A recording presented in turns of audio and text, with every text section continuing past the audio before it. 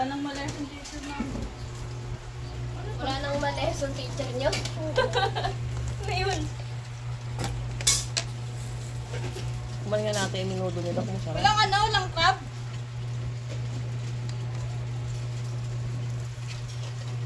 Meron akong cup. Kaya ako crab boy. Sa Drawa Garden. Wala ko yun, boy. May octopus ka boy? Wala. Ako meron. Bakit naman yun? Ano ba ginagawa nun? Yung kagaya ng pet. Edi kapag may ano ka, maganda lang yung kapag may maganda kang pet. Galing nila, kuha na, hindi pinagpalit yung pagkain sa kahalan.